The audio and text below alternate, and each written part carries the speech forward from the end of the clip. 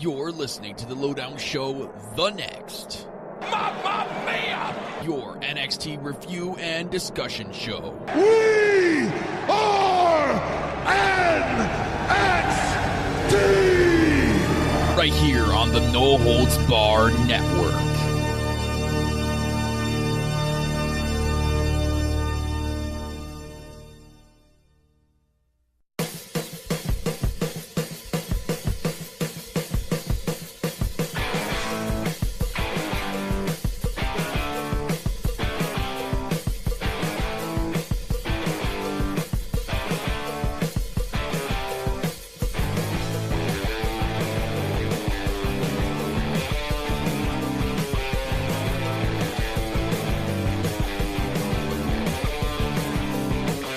How's it going, ladies and gentlemen, and welcome to episode number 9 of the Lowdown Show, The Next, right here on the No Holds Barred Network, your source for all Raw, SmackDown, NXT, NXT UK, and more coverage. And you can check us out at the Lowdown Show, The Next, for all your sources for the NXT coverage of the network. Be sure to go follow the network on Twitter at NHB Network. You can follow us on Twitter at Lowdown Show NXT. You can also follow myself at Real Kyle Master and my co-host at Michael Chow TV. Guys, welcome to episode number 9. I am your host, as always, the self-proclaimed greatest host, Kyle Masters, and every week here on the Lowdown Show, The Next, I am joined by my co-host. He is the host that runs the West Coast, Hollywood, Michael Chow. Hello. Oh, hello. I feel like we just did this show, but literally we kind of did like a few days ago. This was a quick transition to the next episode, just the way the network schedule went last week. We get if WWE can have Evolution and Crown Jewels just a couple of days apart, why can't we have podcasts? I guess we can just. Right? And then have Survivor Series in a couple of days, too. Wow. Speaking of Crown Fools or Drool or whatever you guys want to call it out there, I feel bad for our boy Craig Messy in the Lowdown Show UK over there. He got sick from watching that shit, and he just couldn't take it anymore, and then it's crept up with him again. Now he's just sick this week. He had to cancel his show. Man, I feel bad. So, thoughts and prayers out to Craig Messy over there. Hopefully he recovers from having to watch and endure that horrendous event, whatever you want to call it. So our thoughts are with you, Craig Messy. Oh, man. But, guys, welcome to the Lowdown Show, The Next, if you guys don't know. And you're new to the show, this is where we review and discuss NXT every single week. We also do takeovers, and we got a special announcement for the takeover happening next week, so stay tuned for that. But you can go, again, follow us on Twitter, guys, Lowdown Show NXT. Give us a follow on there. Follow our Twitter accounts as well. If you want to listen to us on iTunes, we are available on there as well. Stitcher Radio and Spreaker, this glorious podcast app. We do live shows on this app, and it's free to download for all Android, Apple devices.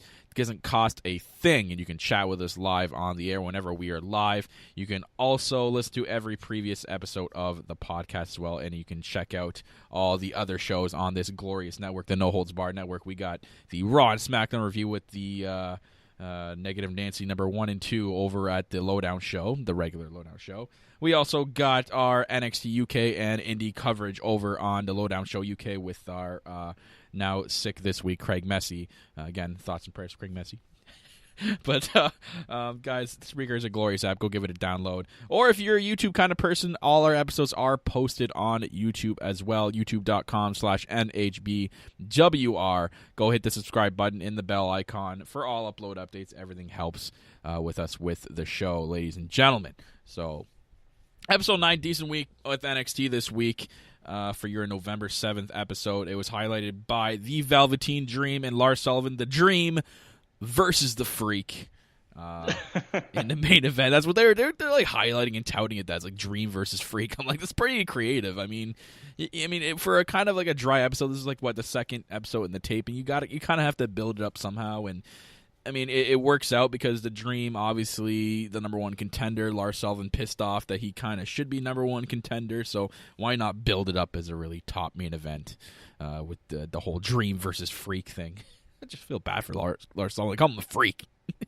Yeah, I generally like NXT, but if I can be completely honest, the NXT title, like the build, for me, it's kind of a little bit all over the place because I felt like, Velveteen Dream and Lars Sullivan, it just felt very last minute. And it didn't get the full, like, if you were to build the entire month with the Dream, I can understand it, but you had there was like a week where Tommaso Ciampa took on Otis Dojovic for no reason, and it just, I guess they might have been a little bit confused on what to do, and it seemed like the main focus was on Aleister Black's attacker. So I really felt like this NXT Championship build was not technically WWE. According to the goons over there, it's the same company, Michael. It's the same thing, man. It's all the same thing. Oh. Man, what a crap main event at NXT Careful Takeover. what you say. They might yell at us. They might talk about us for an hour and then talk about Raw and how shit it is for the other hour. All these indie darlings, right? Because everyone on the main roster, no indie talent up there, right? Everything's all fresh, all right? Yeah, they know what they're doing up there, Exactly. No complaints up there. We're going to give the best in the world title to Shane McMahon. We're going to give it to a McMahon. Because no one else is better than a McMahon. Well, he has to be the best in the world. Otherwise, The Miz and Daniel Bryan would be completely idiots for telling Shane McMahon that he is on Team SmackDown, right? Because if he had not won the World Cup, that would not qualify him to join Team SmackDown while everyone else has to qualify, right? Michael, you can't make a McMahon look weak. You can't, man. You got to have Shane represent the males. Him being the best in the world, and then you gotta drive this woman's evolution, this woman's power thing with who else but none other than Stephanie McMahon at the helm, because it was all her. It was all her idea, and it was all her that drove this evolution. Yay for the McMahons! Yay! Anyways, so yeah, I know what you meant by the whole main title being. There's a lack of a build. Obviously, the main focus here is Johnny Gargano, Aleister Black, and we got some. We had more of the Johnny this week. I'm guessing we're gonna have more of an Aleister next week behind it, with the build up coming up here. So with the go home show, I'm sure we're gonna get the Aleister side of it. Maybe we'll get them to brawling. I'm fingers crossed for a brawl between the two before their match. It just seems like they need a little bit more of a spark just to get it to that point of intensity where I'm like, okay, let's go. Even though the match is going to be good. You look at the match card for NXT TakeOver War Games, you can take my fucking money now. Can't wait for that to happen. So we had that, and again, like I said, continuation of Gargano and Black storyline. It was also announced later in the show that next week we're going to have a one-on-one match with one member from each of the War Games teams. And there's a stipulation behind it. Whoever wins, that person's team will have the advantage to start off the match at War Games. I think that's a pretty good idea. I really like that. So it kind of gets the teams together. Okay, who's going to represent which team? I think we're going to get that next week on NXT, Michael. We're going to get both teams conversing with each other. Okay, who's going to be the guy to represent us to get the win? And this is where I'm guessing, Michael, is going to start the deception between Roderick Strong and the Undisputed Era. I bet you Roderick Strong's going to be the guy to be like, hey, it's going to be me, boys. I can get the win for us. And I bet you Bobby Fischer's like, no, I'm back now. I'm fresh. I want to prove that I still got it. I guarantee you that's what they're going to do. That is my guess right now. You heard it here first. I'm guessing they're going to go in that direction next week. So, and for me, I assume on the other side they're going to randomly pick someone. Maybe Hanson. Why not? It's just kidding. It's not going to be. I'll tell you right now. It's not going to be any one of the Warriors. It's either going to be Pete Dunne or Ricochet. I guarantee. It's going to be tension again. There's going to be tension on both sides, and I guarantee that'll be it too. It'll be a tension between Ricochet and Pete Dunne. Who's going to be? Which champion is going to go out there and represent the team? And they're both going to have their case in point, right? So. It'll be interesting to see what we do next week, and that's an awesome announced match. There's another announced match. We'll get to it when we get to it. Really quickly over to the live chat, we got Tiffany from That Ass Podcast. What's going on, Tiff? And we got Cupid Girl 125. What's going on, girls? Welcome to the chat. And guys, like I said before, all you silent listeners out there, if you ever want to chat, you don't have to actually put your real name. You can just chat with us. Chat some wrestling with us every single week here in the live chat. Or if you're at NXT is not your thing and you just want to listen, that's okay. If Raw and SmackDown is more your thing, you can go chat with the goons up there, or you can go chat with Craig Messy and his UK talk. The guy is really in-depth and is really knowledgeable in his UK stuff. I'm really glad we brought him along. and I'm liking the stuff he's doing. He's got interviews on the way, guys, so a lot of good stuff coming to his show. He's just feeling under the weather this week, so he couldn't get an episode out. But yeah, I thought it was an alright episode of NXT this week. Like I said, it looks like it was a second taping. It's always going to be a little bit dry here and there throughout the 4-week tapings that they do in NXT. So this was kind of like an episode, but I think me personally, I think they did a good job. But keeping it up, it's better than anything the other shows are producing. To be honest, I'm not just trying to pump the tires of NXT. It's the truth here. Like it's kind of black and white. No one is sitting here complaining on freaking Twitter and shit and all over the world saying, "Oh, fuck NXT shit. They gotta change it. Blah blah blah. This and this." You never hear that. You go on NXT. You go look at the NXT chatter everywhere. There's literally little negative, next to none negativity for NXT. And it's because they do everything right, and it makes sense. And I don't know. It's just maybe our type of audience doesn't like to complain. I don't understand. Well, I mean, we do, but there's really nothing to complain about in NXT. Well, sometimes there is. Like, it's not perfect. Again, can't stress this enough. NXT is not perfect. So we'll get into it when we get into it. But I don't know. Just a general overview, Michael. What do you think about this week's episode? I thought it was good. I thought what you said was absolutely correct. It's tough when you pre-tape and you only have an hour show, so things are kind of cut up. You know what I mean? And I don't know how they actually. What we get in an episode is like the actual hour. I don't know if this makes sense. Like, did we get the full hour, or did they take a 3-hour show, kind of like cleverly edit and like cut stuff up? It's weird. Yeah, I want to know how they do. I've really been meaning to. I've never really done it, and I should, considering we're an NXT show. I want to see how they actually do a taping. Like, when's the intermission? Like, what part did they do the intermission? Do they do a 1-hour episode, have the crowd go out for an intermission, and come back and do another episode? You know what I mean? Like, is there, because they do 4 episodes through. They do a month taping, so that's 4 episodes right there. 3 for the Takeover, because the 4th episode in a month with a Takeover month is done actually at the Takeover. So it's gonna be interesting to see what they do. I really want to look into that and see how they do it. So here's a little bit of a hint, and I've actually spotted it a couple of times. If you guys kind of want to know where they kind of cut up the show, all you have to do is pay attention to what the announcer Kayla Braxton is wearing. Because I swear there was one episode where the first match she was wearing one dress, and then when the second match came, she was wearing a totally different dress. I was like, hey, wait a minute.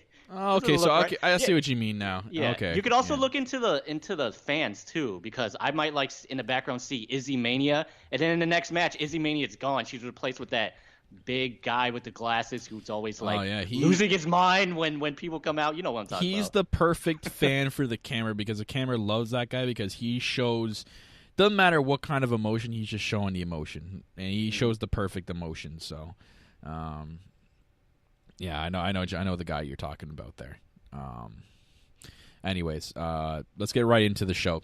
How about that, Michael? Actually, before we get into NXT this week, very quickly, guys, I know you're wondering more about what we're going to do with the Takeover predictions. I know there was talk over the weeks with if we're going to do a collab with the other shows. I'm going to just say no. I don't think that's ever going to happen, because I don't want to have you guys listen. I'm not, as much as a lot of listeners that would love to hear wars go on about main roster NXT. It just, to me, it's too much negativity. With the goal of this network is to just provide you guys with good review and discussion shows, entertainment, and just not a lot of bickering, because I don't want to sit here for 2 hours and bicker and actually get into a real full out fight about differences in opinion. I don't want to do that. Maybe one day we can do one for fun. Maybe one day, we'll see. But that's not what we're going to do for the prediction shows. Because the prediction shows, you guys want to hear our predictions and what we think, right? And you guys want to interact with that. So we're going to do the prediction shows separate. Ours, obviously, is called, I cleverly called it Lowdown Show War Games. It'll be our live prediction show, guys. It'll be next Saturday, not this coming Saturday, next Saturday, the 17th of November at 3 p.m. Eastern. For Michael, it'll be noon Pacific time, guys.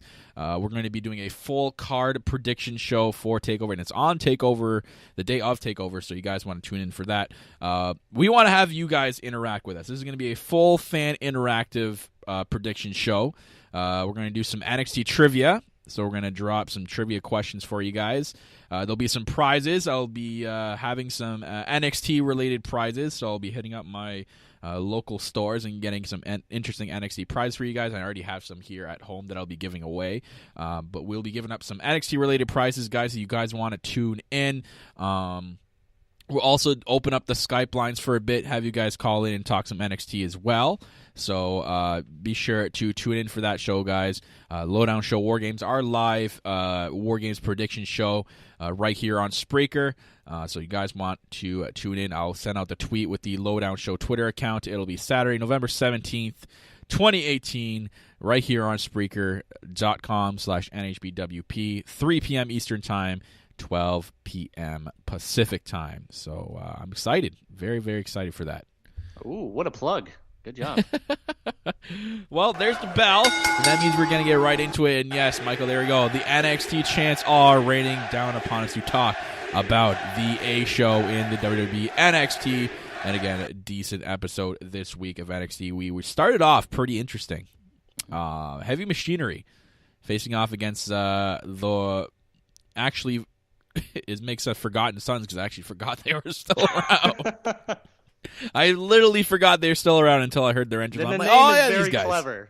The name is very clever. But to be real, I kind of forgot about Heavy Machinery too because I haven't seen these guys in since what you said, Tommaso Ciampa's match with Otis Dozovich. So I just kind of completely forgot about it. This match, yeah, I mean, it was. I couldn't really get into it. I was watching it. I'm going, this is pretty dry for the most part. There's nothing. I mean, I was waiting to see the purpose of this. I was waiting to see Forgotten Sons. I was waiting for them to impress me. I was just waiting for them to do something. Okay, maybe these guys have something in the future. Maybe we can do something with it. To me, Michael, it was just like it was too dry. Like there was nothing that stood out to me. It felt like a generic tag match on Raw or SmackDown. For me, you know what? I agree that it started off pretty slow. For me, it kind of picked up at the end because they had a couple of spot manias where I thought the match was over, and then they kept kicking out. I think there was one move where I think they did the backstabber, and then there was a guy on the top rope who did like an elbow drop, and I'm like, oh, it's over. But they kept on going and going, and but I do agree with what you're saying. The Forgotten Sons, They need that extra thing. I mean, that Jackson Riker, a.k.a. Batista 2.0, he was good. Ironically, wasn't in the match. But for me, I think I mentioned it on one of the solo shows. They need that Lacey Evans. They need Lacey Evans. She's been teaming up with them on live shows. And by the way, at this point, I want to bring something up. I don't know if any of you caught it. Last week, they said that Lacey Evans was going to have a match this week. No match. So I don't know. They botched on that. Unless that was supposed to be, maybe they meant for that to show this week, and maybe she's gonna have a match next week. I bet you, watch she has a match next week. I guarantee it. And it probably meant to say in 2 weeks. Mm-hmm. And I actually read the results. Lacey Evans was supposed to take on a jobber tonight. For some reason, they didn't air it. Cut it out? I guess. Yeah, they must have cut it out, which is another thing about how you and I were literally just talking about it, about how they edit the show and whatnot and what they do. Yeah. I guess they need to push the other segments that happened on the show. There were a couple of matches that were announced. A lot of backstage stuff happened tonight, and I guess it was a jobber match, so they made the right choice, but I just thought it was odd, So there you go. Sometimes NXT, they mess up, so there you go. Also with this match too, I was noticing is I don't know if it would ever lead to a deception between the two. Maybe if someone ever tried to egg on Tucker Knight and tell him, look, bro, you obviously carry the team. You're a good wrestler, obviously more than your boy Otis Dozovich.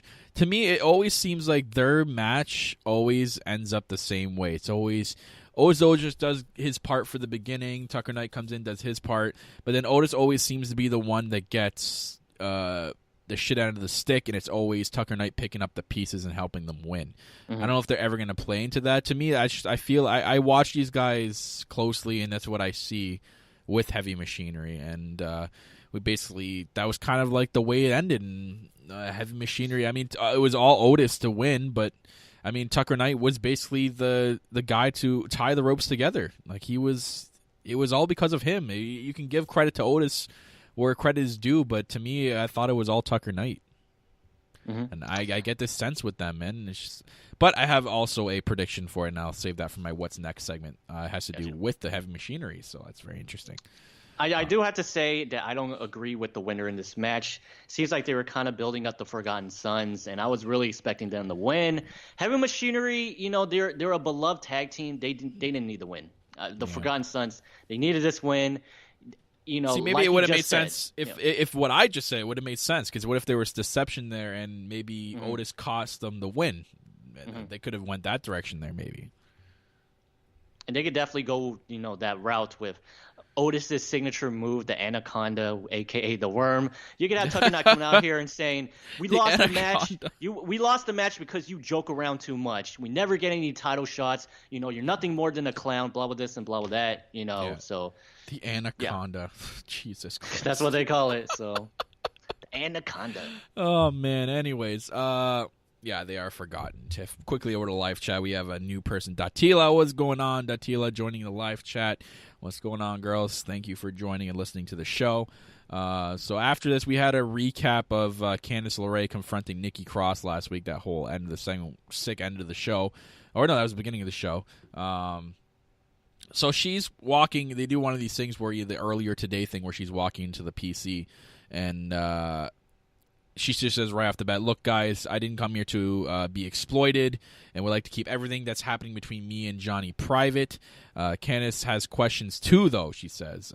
She's questioning Nikki Cross, and she plans to ask General Manager William Regal for a match against Nikki Cross. So, interesting. So, Candice says there's stuff between her and Johnny that she wants to keep private, but then she kind of turns it around and says, "Well, I got questions about this, and it's for Nikki Cross in this case." Like, it makes you think, is she defending Johnny, or is she, maybe she's trying to figure out everything? Like, maybe she's trying to figure out why Johnny is doing this. Maybe she doesn't know. It just leaves you in the know, right? I love this. So, I don't know what you felt about it.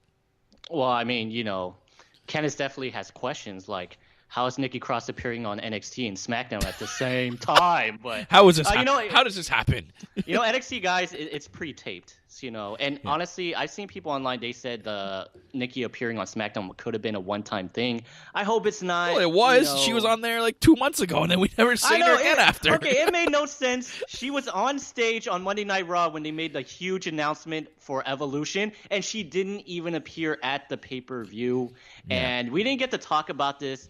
I just thought it was one thing that I wanted to talk about, and I'll just end it right here, is during the whole big women's battle royale, there were no NXT superstars in that match. If you have a pay-per-view where you want to celebrate the past, the present, and the future, NXT is the future. So why was there no NXT superstars in that battle royale? I'm just going to say there's a lot of future people in that battle royale they could have done without. I'm just going to leave that out there. They could have easily replaced with some NXT people like a Dakota Kai, Tanara Conti, Lacey Evans, someone that's like up and coming in NXT. They could have done a lot more, or even Nikki Cross. Man, Nikki Cross would have been hilarious. But yeah, this is interesting. Candice LeRae, man. Cuba Girl in the chat brought up a good point here. Nikki's last match. Maybe Candice is the one that drives Nikki out of NXT.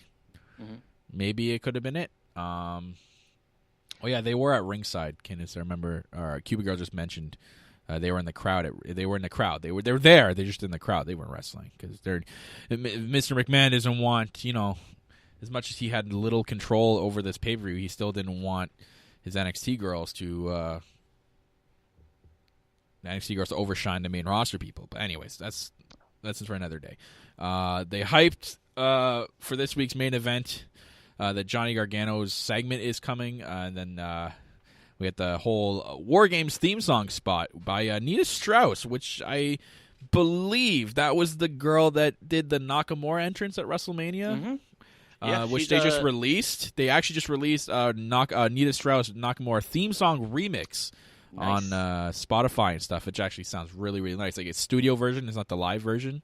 So I'm hyped about that. Anywho, Kathy, this is cool. The Shayna Baszler segment with Jasmine Duke and Marina Shafir, who look so weird and awkward, man. Just to me, they got a weird look. I don't know. It's just me. Yeah, it looks like they're trying too hard, and probably the funniest moment for me, to a point where I was like, "What the hell?" is when William Regal came in and Jessamine Duke stood up and got in William Regal's face. I'm like, "What the hell? What are you gonna do? What did he do to you? Wait, hold up. What did he do to you? Like, why is she all of a sudden so mad at him? Oh my god! Maybe she hates British people. I don't know. Maybe I was like, "What are you doing? What are you doing?" Jeez. Oh man. Anyway, so Kathy Kelly, is trying to interview Shay. Shayna's not having any of it. Shayna just looks stressed as all hell. She's just stressed out being champion. I don't know how she's stressed out. Your ultimate badass with the women's title. Basically, Kathy Kelly asks about the rematch clause. Shayna starts to answer it, saying everyone needs to get it through their heads that Kari is beneath her. This is where Rio comes in. Obviously, Jasmine Duke doesn't like British people, so she stands up and gets really angry. Regal interrupts and tells that Zayn is catching in her rematch clause. I guess that's what we're calling it nowadays. And has decided to make it a best 2 out of 3 falls match at War Games. All right, got stipulation. 2 out of 3 falls. What do you think, Michael? I don't like it. To be completely honest, I would have preferred, and I was actually expecting this, that William Regal goes in there and says, "Oh, you know what? Well, you know how the match ended at Evolution. Your goons got to, part of the match. So what I'm going to do is," and they're already going to have it set up. So they're like, what I'm going to do is, to make sure your goons don't interfere this time, it's going to be Kari Zane versus Shayna Baszler in a steel cage. Because obviously the cage for War Games is already going to be up there. So you might as well use that for the women's match. Maybe they don't want to incorporate the steel cage too much. I think that's what it is, matches. Because it's tough when you have the cage that surrounds both rings. You can't really have another cage there just surrounding the one ring. And if you have it surround both rings, you have to call it a War Games match, because that's not a War Games. It's not a steel cage match if it's surrounding 2 rings, because then they're forced to use both rings. I don't know. It's tough. I don't know how I feel about putting them in a steel cage, but 2 out of 3 falls. I'm on the fence, but I gotta wait because I'm not too sure how it's going to play out. And the women's championship is only what I assume is only one of 2 titles that will be defended, because we talked about last week about how 3 titles will not be defended because of the War Games match. So this match really needed a big stipulation. I would have been perfectly fine with a Iron Man match too. I mean, because 2 out of 3 falls. I mean, I think it just makes sense, because if you look at it this way, you had what happened at Evolution between with Shayna and Kari, with the interference from Jasmine Duke and Maria Shafir. It wasn't really fair to Kari Zane, so she really she should have had another shot at it. It would, if the referee had been looking, she would have seen it. So I'm thinking that you got 2 out of 3 falls. There's a chance that there's a good chance, and it's most likely that Jasmine Duke and Maria Shafir are going to be at ringside and following her to the ring and going to get interfered with, So it's just, to me, 2 out of 3 falls works out, and I'm going to assume that they're going to help Shayna get a fall, and then the referee is going to toss him out, and then I think Shayna still does it. Well, I'm going to leave those for the predictions. I think it kind of makes sense. Although I would have had something else, maybe just not even a stipulation, and that would have been the end of it. I would agree with you, because I gotta tell you, I mean, there's so many talented women waiting on the sidelines. Well, Bianca Belair is undefeated. When the hell? How long is she gonna go around? Hold it. Well, wait for it. All right, hold on. I'm gonna go downstairs. Come back up. Okay, let me know. That was me downstairs. Okay. Oh, that was you downstairs. Okay.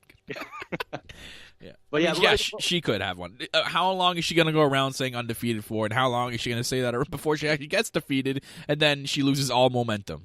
Just goes out the door.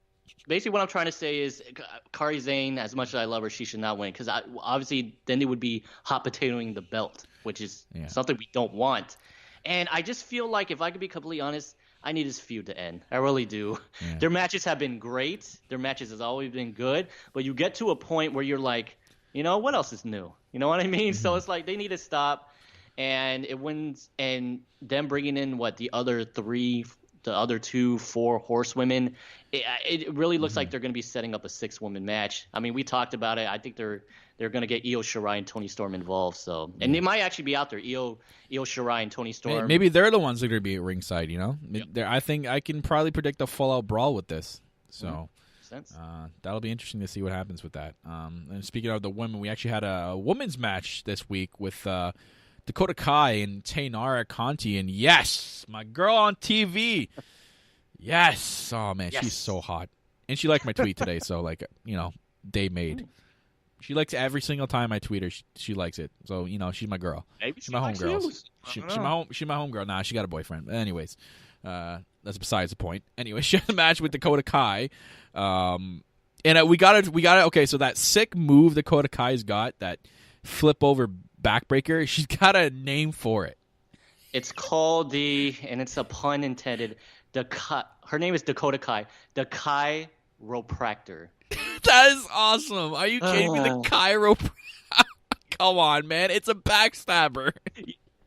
Funny you should say that, dude. Her name is full of puns because before one of the announcers had called it the chiropractor, but before I was like, what is that move called? And I was looking at her name, and that move looks very similar to the Code Breaker, and her name is the Kai. So I was like, I'll go ahead and nickname it the Breaker. Dakota Breaker. I like the Code Stop, Breaker. Man. Man, her name is wonderful.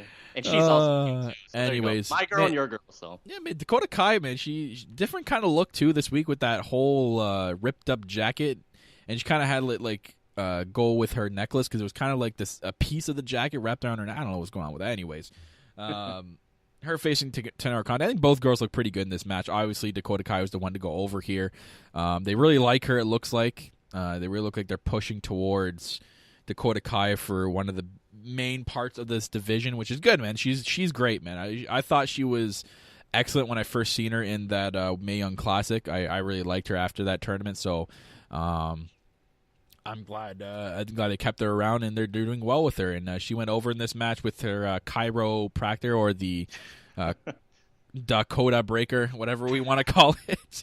My girl, Brazilian judo black belt, man, she held her own. I thought there's a lot of she carried the match for the most part in the beginning of it, and I love the way she works on the arm and she transitioned it into a judo throw and then works back into the arm. And her ring game is on point.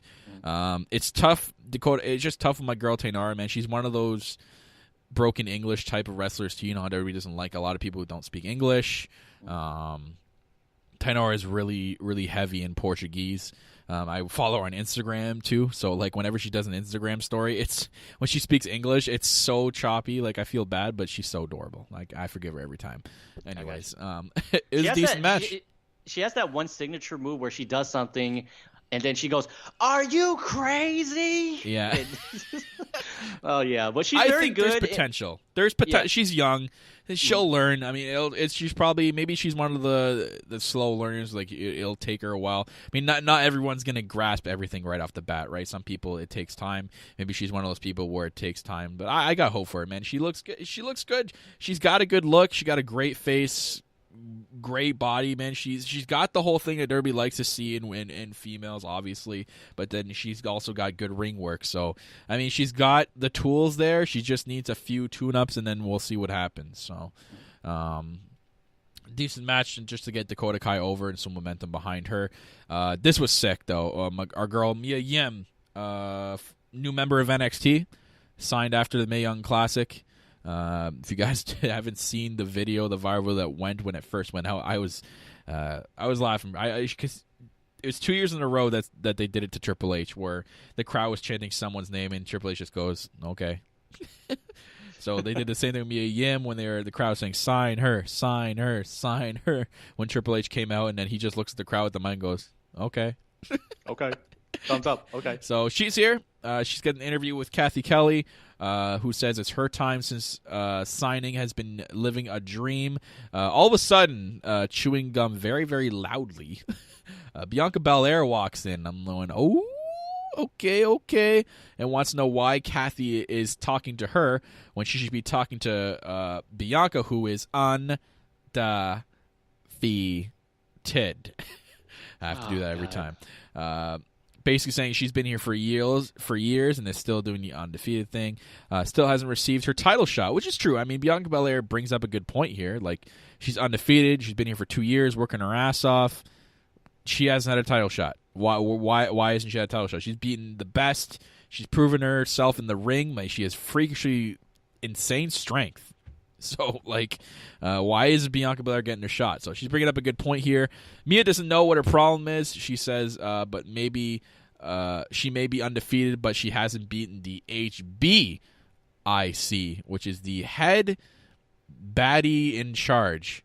Oh, Lord. I don't know if that's a thing that Mia Yim is carrying her from the Indies, because I've never heard that before. But Belair didn't really seem impressed, and she walked off. So I don't know. It could work out with me at first, like first impressions. I don't know. Head baddie in charge. Not sure what's going on with that. But I'm excited, man. Mia Yim is, from what I read, is an incredible wrestler, and she brings a lot to the table. So I'm excited to see her at NXT, and I think she's gonna be a big part of the division. I think she did okay for that first time promo, right? I think she did okay. I gotta be completely honest. 2 things. Number 1, I hated this promo. I did. And let me just be perfectly clear. No, well, here's the thing. I love Mia Yim. I love Bianca Belair. But this promo seriously felt like they just said, "Hey, there's no script." And bear in mind, guys, NXT is a developmental place. They want to see that you can learn, and they want to see that you can cut your own promos. So when you get called up to the main roster, you can basically do this stuff by yourself. And it honestly just felt like this promo from both girls. They just said, no script, go out there and say whatever you want to say. And it didn't work for me. It was bad when I didn't like this promo at all. And the second thing is, I guess we have to give credit, the main event Maharaja is here. So I'm sorry. I don't acknowledge B talent. I'm sorry. Just saying. But yeah, so, hey, you know what? There you go. Here's another example of me not agreeing with a segment in NXT, and wow, it's not. You mean NXT is not perfect? What? No. Oh, wow. And I gotta say, it's Mia Yim and Bianca Belair. By the way, Bianca Belair, she had no previous wrestling experience, so she's not an indie darling. So I love Bianca Belair, but she's not an indie darling here in NXT. So I don't know. I guess NXT's not filled with them. So homegrown. And she's married to Montez Ford, so they're both freakishly athletic. They're a perfect couple for each other. I think even Montez Ford can hold his own as a singles guy. I think he can hold his own. Mm-hmm. Anyways, so that gets announced that those two are going to actually have a one-on-one match next week. So we're not waiting until Takeover. These two girls are going to get a chance to go at it next week on NXT. So I'm hyped for that, man. I can't wait to see these two girls go at it, man. Both are incredible wrestlers. I couldn't tell you right now who comes out on top. Like, who goes over in that match? Couldn't even tell you. I'll tell you who the winner's going to be. Lacey Evans.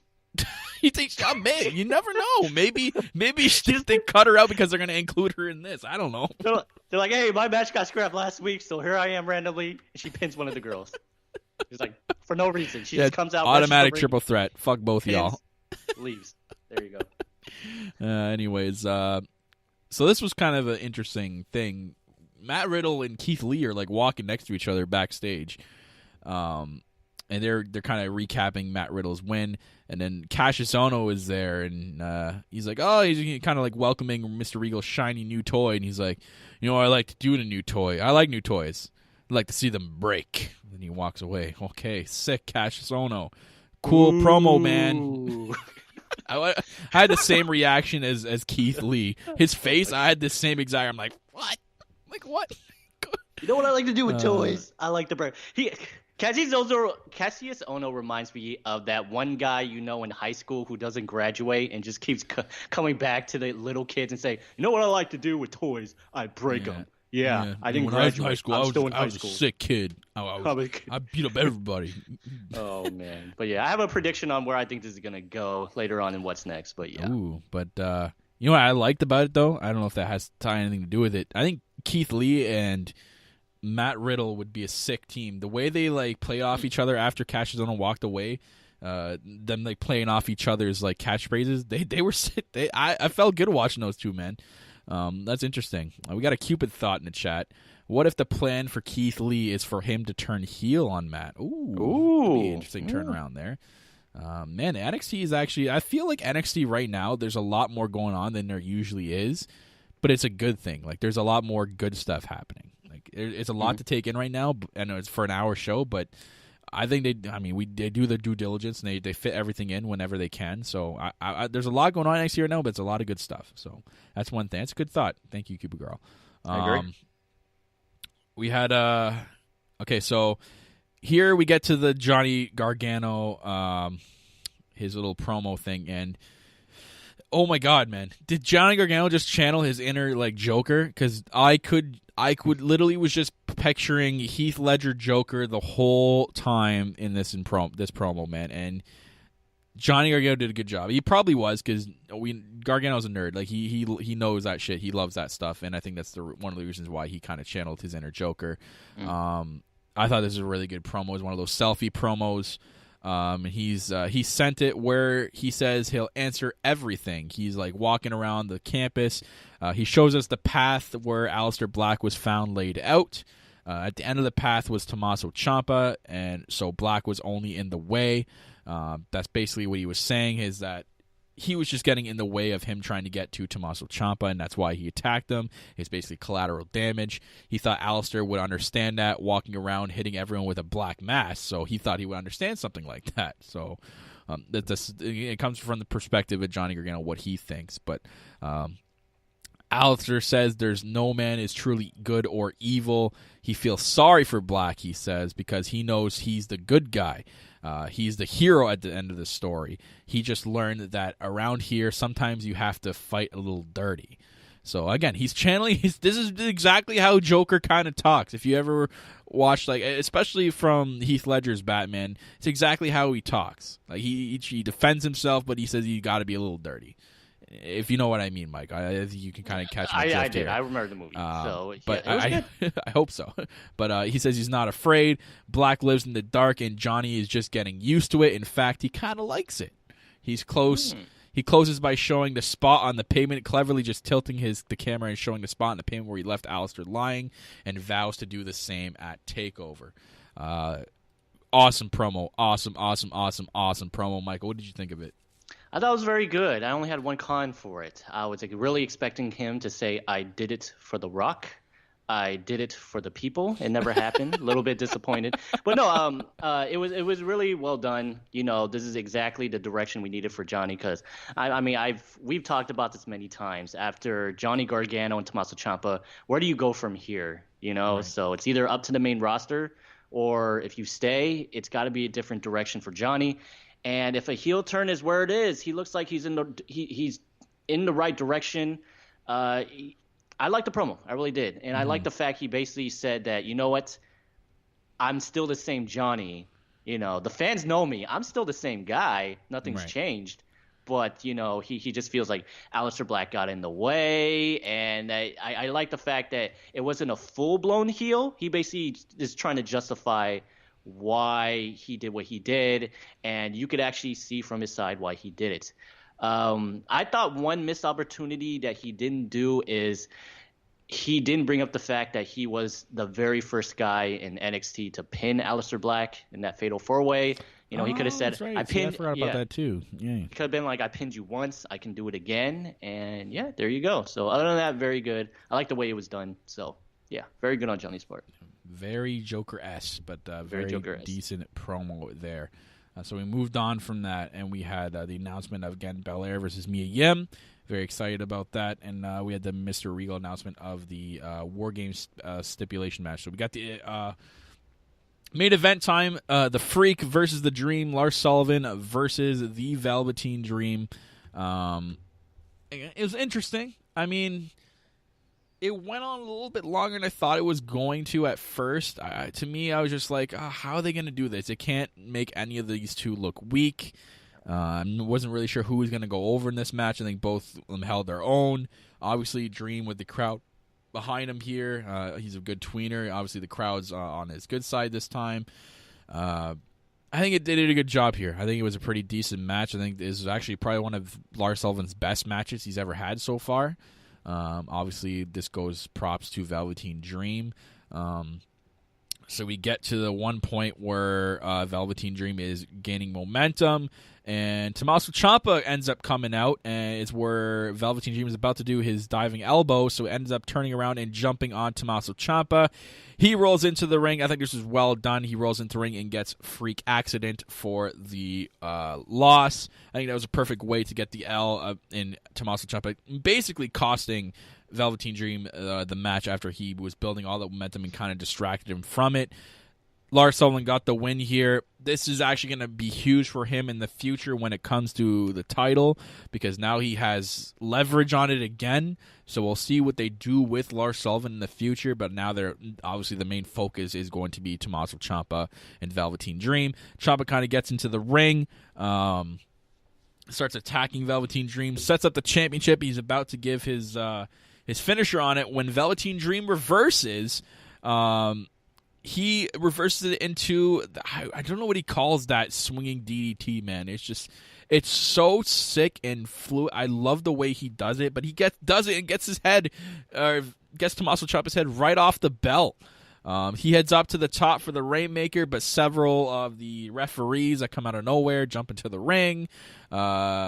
He kind of leaves, but then he races back into the ring and jumps up on top turnbuckle, then hits the elbow drop. I was really hoping they did that, because if they were going to just have him not do the elbow drop, I'm like, oh, that would have been the shittiest end to NXT. But they had him do it, and then he celebrates with the belt, and like Full Sail just explodes once he grabs the belt and cheers with it, man. He was so that the place was so loud, man. It was insane.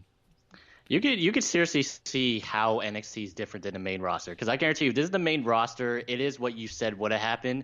It would have had him going for that top elbow drop, and then the refs pulling him off, and then we would end it with no elbow drop. That's how the main roster would have done it. But nope, this is NXT. He's running back to the ring. He's giving the fans what they want, sending them home happy. So exactly. There you go. That was a good ending. With the lack of build we got for this championship, obviously the main storyline is Black and Gargano and the War Games match.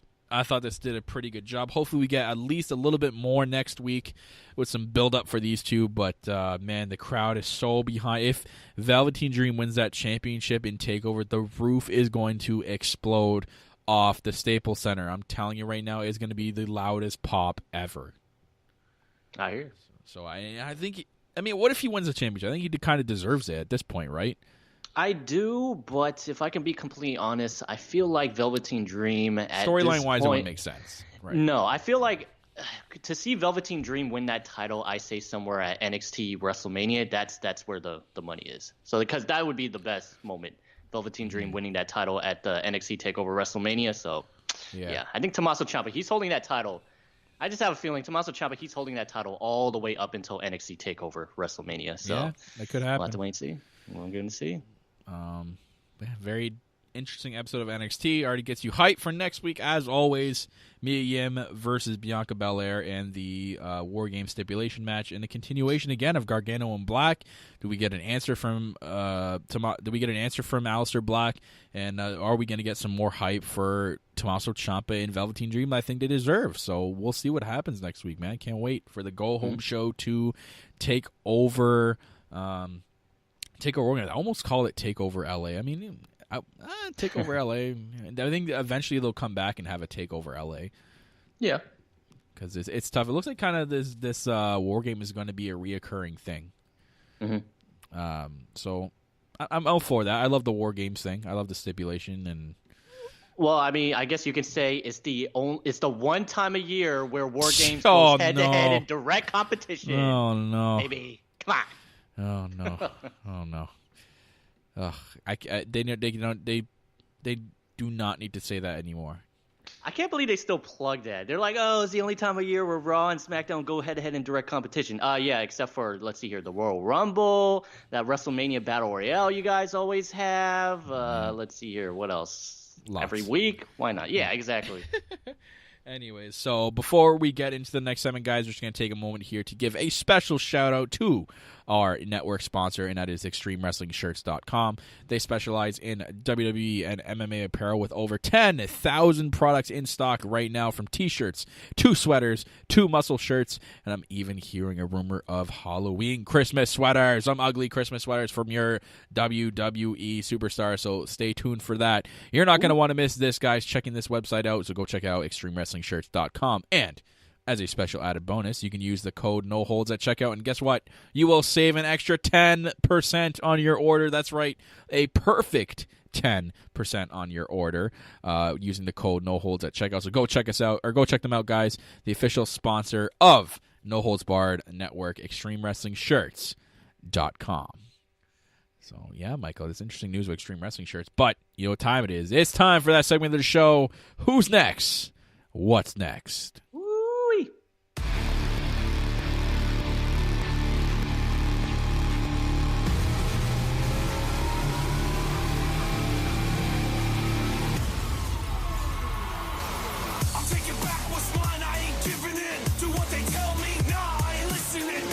What's going on, guys? Welcome to What's Next, Who's Next. That part of the show where myself and Michael have our Who's Next jobber and Who's Next MVP of the week, and what's next for a certain storyline or a certain feud in NXT. And Michael, let's just start off with the Who's Next jobber and MVP. I'll start us off here with my MVP this week. The Who's Next MVP, Johnny Gargano for me this week. That was an insane good promo. Again, Johnny channeling his inner Joker. This was probably gives me considered the first heel promo by Johnny Gargano, and he lived up to the expectations. He made it very believable, and it's personal for Aleister Black, going back to the spot where he attacked Aleister Black. So I'm giving my MVP to Johnny Gargano. Yeah. So who's your next MVP? My MVP, I actually had none for this week because I thought not anyone actually did particularly well to actually be up there, but I'll just go with yours. I'll say Johnny Gargano. It was a good promo, and even though he didn't do it for The Rock, he did it for himself. So it was a good promo. I thought it was quite well. I love the fact he played up the fact that he's still the same Johnny. Nothing's changed, and that Aleister Black's simply gone his way. And I really love that line where he basically said, at the end of this, he's going to be the hero. Like, I really, really love that line. He says, I'm the hero in this story. And sometimes the hero, if you're a comic book fan, hey, sometimes Batman, he's got to do some dirty stuff. I've seen sometimes superheroes, they got to do, bad stuff to catch the bad guy, all right? So right. I really love that promo. He did it quite well, and it's going to be a good direction for Johnny. So very good. MVP of the week. All right, so we'll get into my Who's Next jobber, and I'm giving it to the team at the Forgotten Sons. Obviously, man, there's no hype behind these guys anymore. I feel like they've lost any kind of hype that they had in those promos. I can't really think of anything that would help them get back from this. They will soon be the Forgotten soon. It's getting to that point. So I haven't been impressed too much with these guys. I will hope that sometime soon we get something with these guys to get them out of that trance. If not, man, it spells some trouble for the Forgotten Sons. So they get my Who's Next jobber of the week. I'm not sure if you had any jobbers of the week, Michael. I did not. I didn't have one last week, but you know what? I'm going to randomly pick a jobber for the week. So my jobber of the week is Lacey Evans. Because she wasn't there. She was supposed to be here. Lacey Evans not showing up for work, man. That's a strike. That's a strike. 3 strikes and you're fired. There you go. You're fired. Anyways, we got Cupid Girl. What's next? That's hers, but we'll get into ours first. Okay, Cupid Girl, I'll read yours in a second. But ours, what's next? We'll start off with me, and mine is in the tag team division. It is short and simple. It is with the Heavy Machinery and the Street Profits. Ooh. So I see them. They're both obviously gaining momentum right now in the tag team division, pulling up the victories. Obviously, the Street Profits getting back their merchandise and getting over on the Mighty, and the Heavy Machinery getting back to the winning ways as a tag team. I think eventually these guys are going to meet up and have a number one contenders match. I think it'll be a decent match. Crowd's going to be really behind both of them. I'm going to hope it by NXT TakeOver Royal Rumble, and then the winner will be the next NXT champ. That is my prediction out of that number one contenders match, because we haven't had a face tag team hold the titles and have a good run with it in a long time. So that is my prediction and what is going to be next for the tag team division in NXT. Nice. So, Michael, what's next for you? I actually have a lot. I actually have 3. So bear with me now. Bear with me. Cupid Girl, we'll get to you in a minute. But here you go. I'll try to make them fast. So this is actually kind of related to what you just said. So about the whole tag team division, I noticed that we've been getting a lot of tag team matches. And if you noticed, Kyle, the commentators, they're plugging the tag team a lot. They're saying, oh, we have such a great tag team division. Oh, man, this is the strongest division I've seen. So stacked. So I feel like we are going to get this is what's next for me. I think we're going to get the Dusty Rhodes Classic very, very soon. Oh, it would forgot. not surprise if we get it somewhere. So last year they had the finals, I think, at WrestleMania. So I think they need to start it now. So, I mean, if it's a whole tournament, they need to start having qualifying matches. We got a strong tag team division, right now. I mean, Undisputed Era, Street Profits, TM61, Heavy Machinery, Forgotten Sons, and Danny Burch and Oney Lorcan. Dude, it's a stacked division, and I can tell you this year, I seriously don't know who's going to win. Such a great tag team division. Any one of those guys can win. So, yeah. So, Dusty Rhodes Classic coming soon. Next one is also pretty short, too, based off what we saw with Lars Sullivan picking up the win. Believe it or not, even though next week is the go-home show, I feel like Lars Sullivan's going to get added into the match. I feel like it's going to be a triple threat match. Okay. It's going to be Velveteen Dream versus Lars Sullivan versus Tommaso Ciampa for that NXT title. So, yeah. And last but not least, based on that backstage video we saw, you're probably wondering, is Cassius Ohno Matt Riddle? But why the heck was Keith Lee there? So I believe that this is going to lead to a match between Keith Lee and Cassius Ohno.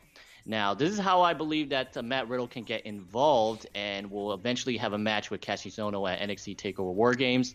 I believe that Cassius Ohno and Keith Lee are going to have the match. And somewhere in that match, Cassius Ohno is going to draw the disqualification, and he's going to start beating the shit out of Keith Lee. We have Matt Riddle coming out for the save, and then that's when they're going to plug Cassius Ohno versus Matt Riddle at NXT TakeOver War Games. Okay. I like it. There you go. That's what's next for me, and I believe Cupid Girl 125 had one. Yep. She has a what next? She says, I feel like the 4 Horsewomen stable will ruin the match with Kari and make her lose in that. And then that's when Lo Shirai comes in, and I'm guessing Cupid Girl means that she'll set up that 3 versus 3 thing that we're all predicting. So that is a good what's next, Cupid Girl. She also has a who's next MVP. She says Gargano, because that's her MVP, Gargano, because of that promo. Jobber, Taynara. Well, I don't know if I agree with that. But she says, because I think she can do better than just being a black belt. Well, that's her gimmick, Cupid Girl 125, so I'm not sure what else you want her to do. But we do have Brandy joining the chat. What's going on, Brandy? I will not say what you just said. Forbid me from ever saying what you guys are calling me right now during this holiday season, so that is it with that. But yes, that is our I don't think you had. Did you have another what's next, Michael? Or is that it? No, that's it. I think 3's enough. Okay, that's good. That's enough. So that's it for our What's Next, Who's Next segment of the show. We don't have any tweets this week, so we're just going to end off the show pretty quickly this week. Well, not quickly, but soon. But before we do, I just want to give a quick plug again, guys, to our Lowdown Show War Games live prediction show that is happening next Saturday, the 17th at 3 p.m. Eastern Time, 12 p.m. Pacific Time. It'll be a full card predictions, and it's going to be very fan interactive. Yes, it's going to be all about you fans out there of the Lowdown Show the next. We're going to have some NXT trivia. We're going to have prizes for those trivia questions, NXT-related prizes. and I'll give you guys a sneak peek. We're going to have some T-shirts. There'll be some NXT figs and possibly some rare NXT items. I'm not going to say too much else. You guys are going to have to tune into the show. Also, we're going to have the Skype lines open if you guys want to call into the show and chat with me and Michael and I about NXT and predicting the card for that night. So tune in, guys, next Saturday night or afternoon if you're in the East. And I guess Pacific too. I guess it's not night. But next Saturday in the afternoon, 3 p.m. Eastern Time, 12 p.m. Pacific Time on Spreaker.com/NHBWP. Like I said before, it's free to make a profile. You can download it on all Android or Apple devices. You can also just call into the show, adding us on Skype. I will put up the Skype name on Twitter as well, so stay tuned for that. So, yeah, you guys want to call in and chat with me and Michael, tune into the show, Lowdown Show War Games. But I think that's going to wrap the show this week, Michael. I don't have anything else to go over. I don't have anything else to plug, I don't think. But I'm excited. We're almost a week away, man. It's going to be a good show next week. So next week's show, I'm not sure if we're going to do a Lowdown Show, Go Home Show review. I think we still might and do both. Maybe we'll have 2 shows next week. Me and Michael will discuss that. So, Skype name is not that, Tiff. We will not be doing that. Nope. Anyways, guys, I think that's it. So that is going to wrap it up for the Lowdown Show, the next episode number 9, right here on the No Holds Barred Network, your source for all Raw, SmackDown, NXT, NXT UK, and all other wrestling coverage. You can follow us on Twitter at No Holds Barred Network. You can follow the show at Lowdown Show NXT. You can also follow myself at Real Kyle Masters. You can follow my co-host at Michael Chow TV. Guys, if you want to listen to us on Spreaker, Spreaker.com/NHBWP is where you can find us. Free to make a profile, like I said. You can also chat with us live on the air and listen to all previous episodes of the podcast. We are also available to listen to on iTunes, Stitcher Radio, and YouTube.com. If that is your preference, YouTube.com/NHBWR. Hit that subscribe button and that bell icon for all upload updates. I am your host, the self-proclaimed greatest host of the Lowdown Show, the next, Kyle Masters, and I'm always joined by my co-host. He is the host that runs the West Coast, Hollywood, Michael Chow. Bye. Hi. Short and sweet this week, Michael, and we're always reminding you guys out there to keep it on the Lowdown.